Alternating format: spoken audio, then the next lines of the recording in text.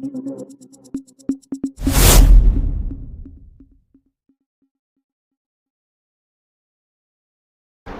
குரல் செய்திகள்.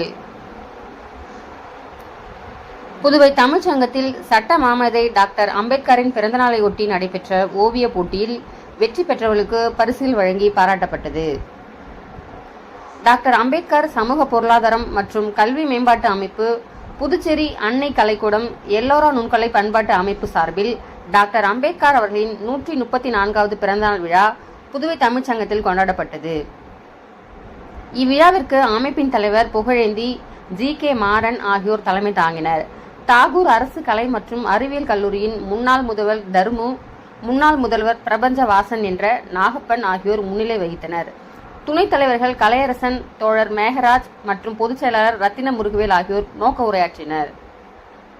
மேலும் இந்திய அரசியலமைப்பு சட்டமும் டாக்டர் அம்பேத்கரும் என்ற தலைப்பில் ஓவிய போட்டியில் வெற்றி பெற்ற மாணவர்களுக்கு பாராட்டு பரிசுகள் வழங்கப்பட்டது.